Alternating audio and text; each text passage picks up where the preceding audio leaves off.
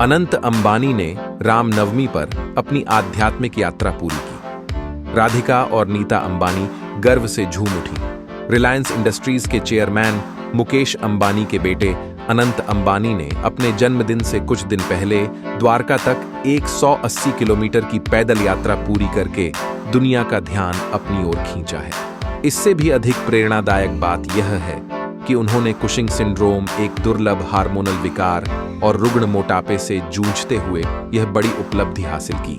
साथ ही अस्थमा और गंभीर फेफड़ों की बीमारी जैसी पुरानी बीमारियों से भी जूझ रहे थे, जिनका सामना उन्हें बचपन से ही करना पड़ रहा था। इस उपलब्धि के साथ उन्होंने अपने परिवार को गौरवान्वित किया, जो उनकी भक्ति और भावना से अभिभूत है।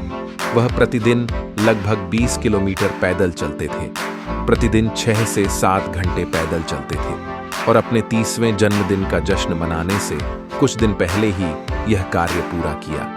अनंत अंबानी के लिए यह यात्रा केवल दूरी तय करने के बारे में नहीं थी। यह व्यक्तिगत लड़ाइयों पर विजय पाने, बाधाओं को तोड़ने और जो संभव है उसे फिर से परिभाषित करने के बारे में थी। 180 किलोमीटर से ज्यादा पैदल चलने के लिए बहुत ज्यादा शारीरिक शक्ति, मानसिक लचीलापन और अदम्य भावना की जरूरत थी।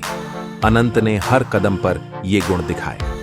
जैसे जैसे उनका जन्मदिन नजदीक आ रहा था, यह पैदल यात्रा एक नए अध्याय का प्रतीक बन गई।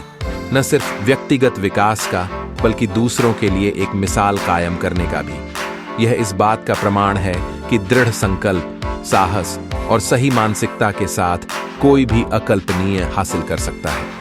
अनंत की यात्रा प्रतिकूल परिस्थितियों पर मानवीय भावना का जश्न मनाती है, लोगों को याद दिलाती है कि हम अक्सर अपने भीतर महत्वपूर्ण जीत हासिल करते हैं। ज्यादातर लोग सतही चीजों में गहराई और अराजकता में अर्थ खोजते हैं। उनकी आध्यात्मिक यात्रा सिखाती है कि लचीलापन शांत हो सकता है और इसके लिए जोरदार होने की जरूरत नहीं है।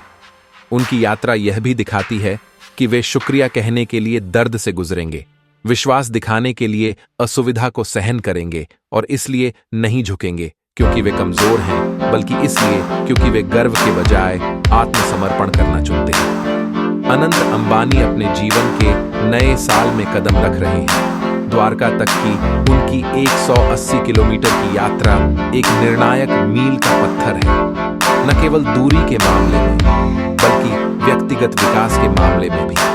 यह साहस, दिल और अदम्य भावना की कहानी